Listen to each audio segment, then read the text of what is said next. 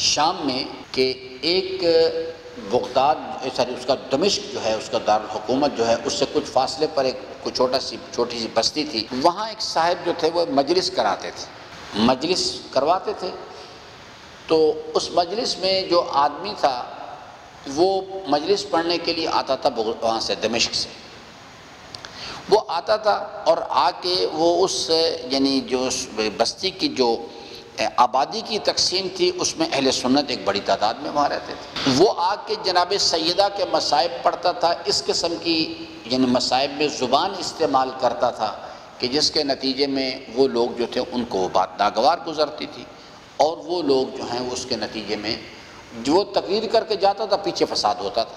2-3 سال جب گزر گئے اس بات کو تو وہ علاقے کے لوگوں نے اس کو کہا کہ بھائی تمہیں کس نے مشورہ دیا یہ کہ آپ یہ یعنی اگر آپ نے مجلس کرانی ہی ہے تو پھر آپ کسی ایسے آدمی کو بلائیں جو اس قسم کی گفتگو نہ کرے جس سے فساد پیدا ہو.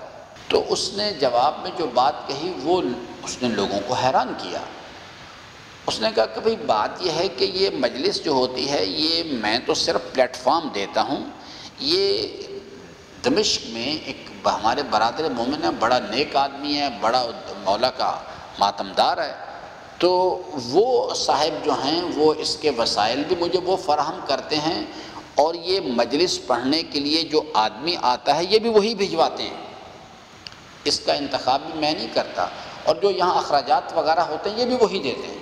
تو جو صاحب اس کی جستجو میں تھے ان کو ایک نیا پروجیکٹ مل گیا. انہوں نے کہا اس کو تو اور تحقیق کرنی چاہیے کہ وہ کون ہے بھائی, اس کو کیا پریشانی ہو رہی ہے.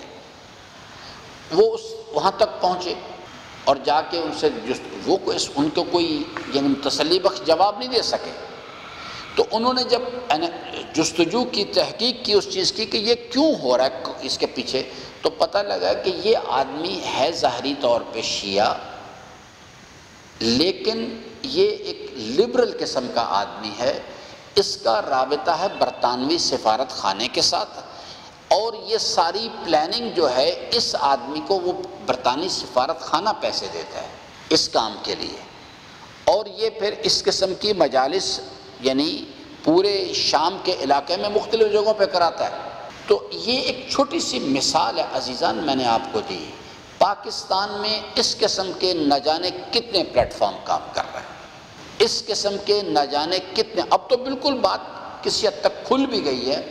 یہ جو محترم صادق شیرازی صاحب تشریف فرما ہیں انگلستان میں اور وہاں پر ان کا ایک بہت بڑا سیٹ اپ ہے اور پھر ان کے پاس تقریباً وہ اور ان کے جو حواریان ہیں ان کے پاس 11-12 تو ٹی وی چینلز ہیں اور اس کے علاوہ اور بھی بے تحاشا ان کے پاس ٹولز ہیں جس پر کام ہو رہا ہے. معیار شناخت کریں اور پھر اللہ سے توفیق طلب کریں کہ پروردگارہ معیار حق کی شناخت دے, معیار باطل کی, اور یہ توفیق دے کہ میں اپنے گرد و پیش کے ماحول کو اس معیار کی شناخت کے بعد مجھے پہچان سکوں کہ اس حق کے معیار پر اہل حق کون ہیں.